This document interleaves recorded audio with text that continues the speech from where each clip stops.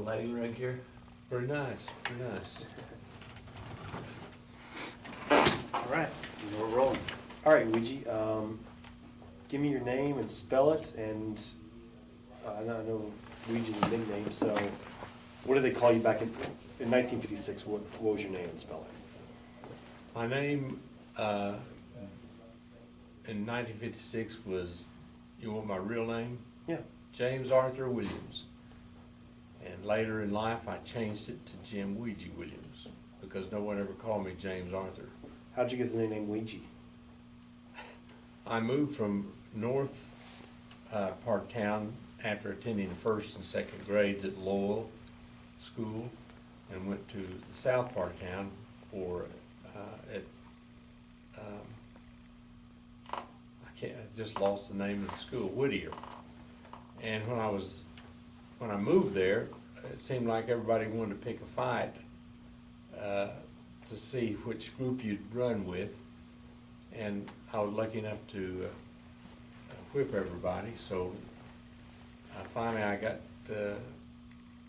entangled up with Jackie Fowler, who tried to take my bat away from me when it was my turn to bat in a game called Workup. Are you good? We're good, yeah.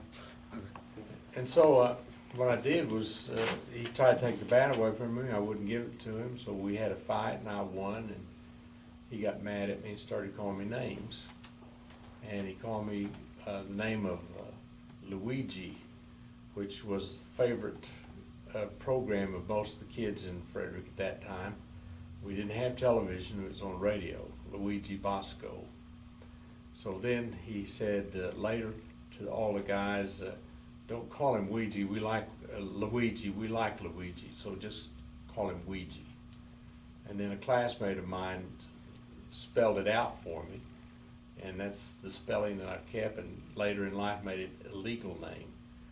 So my name legally now is Jim Weegie Williams, Jimweegie Williams.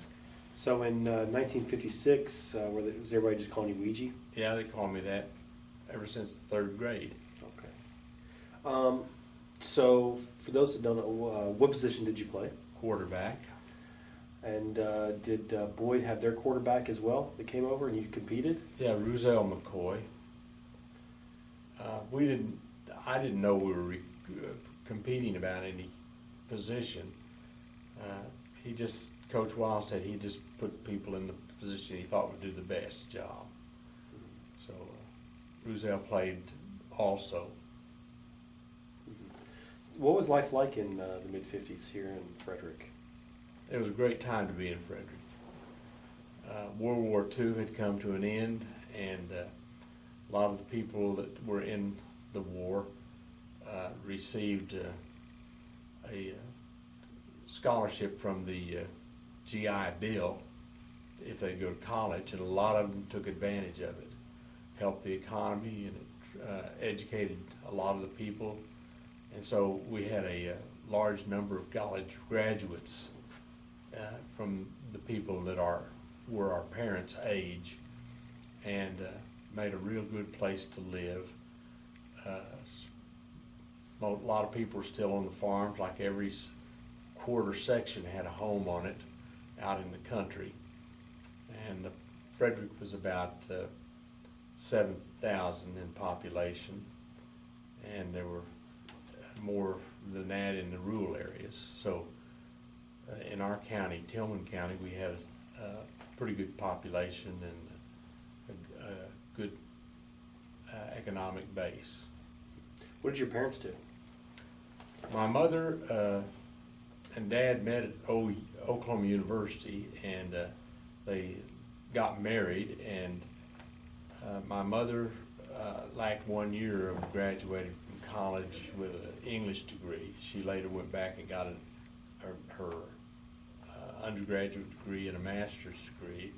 My father while he was at OU, he got a degree and then went into the military. He retired as lieutenant colonel in the field artillery over at, he was stationed off and on at Fort Sill, but other places in the United States. and he went to Germany to fight in the war. And when he came back, well, my mom and dad were divorced, and so he went to the Pentagon in Washington, D.C., and we stayed in Frederick. Brothers and sisters? I had the oldest sibling of mine was Sally, and she was the oldest, and she was about almost 4 years older than me. Then my brother Ed was about 3 years older than me, and my sister Jane was 13 months older than me. You're the youngest? I was the baby. Do you treat like the baby? Well, I don't know. I never thought about it. Did your brother play football? Yes, he did. He was a tackle on the football team. My older sister and my brother went to Italy to live with my father 1 year. He was stationed in Verona, Italy. And so my brother, when he came back, he had to start with his, to get his junior year over, because he was in Italy at that time. And so that enabled us to play 2 years of football together in Frederick. Oh, nice. So tell me about Coach Wild. There's more than I can tell you. Give me a hint. How was he as a person? Well, he was he was a unique fella. He was short and very opinionated, and he never hesitated to say what he thought. Very direct, and he seemed to know what he was about and what he was doing, and did some things that surprised a lot of people. And so that was an element that we always looked forward to.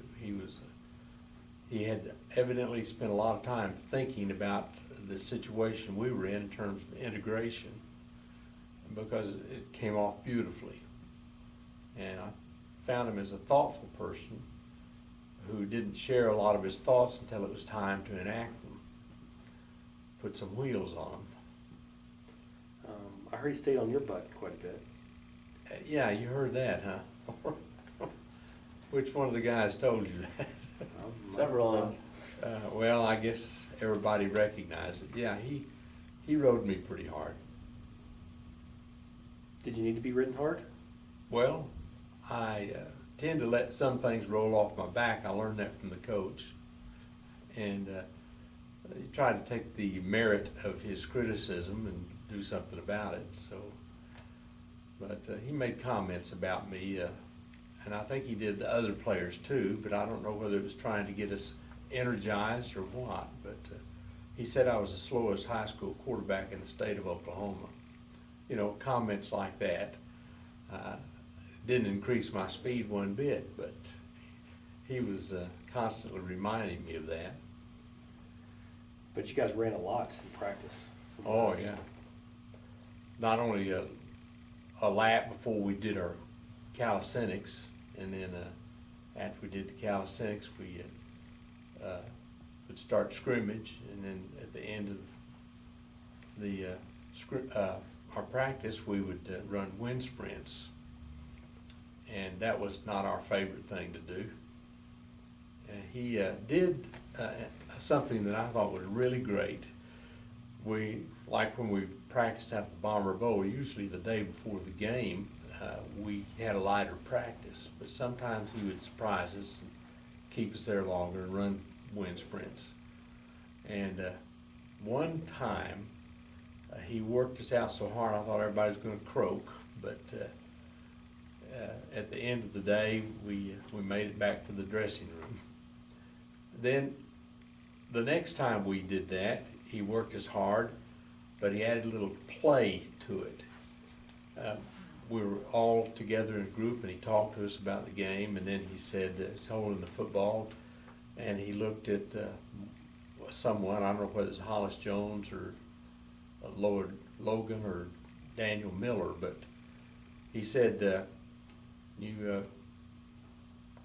can you outrun everybody here? And they said, yeah. He said, well, run down to the other end, circle the goal post, and come back to this goal post. And he said, go. So they started running, then he's holding the football, and he looked at someone else and said, can you catch him? And they said, yeah. So they threw him the football and chased him. And it made it kind of like a game and not so much as a wind sprint. And it was 200-yard dash is what it was. Went through the whole team like that, but it was more fun than just doing what he'd done before. But you're still running. Yeah, still running, still got the job done. As a football coach, I mean, when he would get and try to motivate, would he go individually or would he go as a team? I mean, to try to, if, I don't know, Daniel fumbled the ball, and would he get on Daniel for that, or would he try to motivate the team as a whole? Well, he tried to motivate the team as a whole, I think, and like a fumble, one game I played, it was not on this team, but the year earlier, I intercepted a pass and was running, and the defensive player, I think it was the Wichita Rowdies, had the angle on me, was coming across, and I knew I couldn't get past him, so I just tucked the ball in under my arm and ducked my head and ran into him. I thought I could hit him and maybe get around him. So when he hit me, the ball squirted about 10 feet up in the air, and they recovered it down on our end of the football field. And when I went off the field, Coach was waiting for me, and he stood there with his, characteristically, his arms out like this, and he said, "What were you thinking? What was going on in your mind? What did you?" And I said, "Well, I thought I could run over him." And he said, "Run over him?" He said, "Good God Almighty, he outweighed you 100 pounds. What do you mean run over him?" Turned around and walked back to the bench. And he was always saying things like that. He let you know when you did something wrong or not as good as expected. Mm-hmm. How are practices? I mean, can you? Wouldn't mind. We didn't catch that last part when he said he'll let you know. Maybe just have him say that over again. If you don't mind, the camera cuts off periodically. I wanted to get that last thing you said was so good. You could say, "Coach let you know when he did something wrong," in your own words. If you'd say that again to Shane, that'd be. Okay, you didn't want what he said to me when I had. That'd be great. If you could do that again, that'd be great. Thank you. Well, I intercepted a pass when we were playing the Wichita Rowdies, and the defensive player coming across the field had the angle on me, so I knew I couldn't run around him. So I ducked my shoulder and tucked the ball in and ran into him, and the ball squirted up about 10 feet in the air. And they recovered the fumble on our end of the field. And so as I was going off the field, Coach Wild met me, and he had his arms stretched out like he did when he was trying to be dramatic. And he said, "What were you thinking?" And I said, "I was thinking I'd run over him." And he said, "Run over him? Good God Almighty, he outweighs you 100 pounds. Why were you thinking you could run over him?" And he turned around and walked back to the bench. And I followed him over there. But he was always quick to catch you in some of the things you could do otherwise that would have a better outcome. You got all the newspaper articles, and I went through all of them yesterday, and it seems like you weren't getting much respect for all your accomplishments that season. You were never on the front page other than one time, and it was always the back page, maybe a little paragraph or whatever. Do you think that was racially motivated, or just the times, or what do you think the reason for that was? Well, just to be honest with you, we were thinking about playing football, and whatever everybody thought about it, we had the team, and that's what we concentrated on. Whether it was a racial slur or something else, if something in the paper, well, that was good. But we didn't read the paper that much. We heard about what was the article was, we looked at it, but we didn't dwell on it. So it wasn't a factor for us. We were real pleased when later in the year that we had big spreads in the paper, and not just our Frederick paper. And but we didn't think beyond our team in terms of what people were thinking or not. I hate that we missed a couple of great things that you said, but That's all right. Got another card coming, just 1 second. A lot of interviews today, it feels like a lot of Yeah. calls. Do you need a drink of water, sir? I really do. I got it. Yep. Here's a full bottle for you. Thank you very You're much. welcome.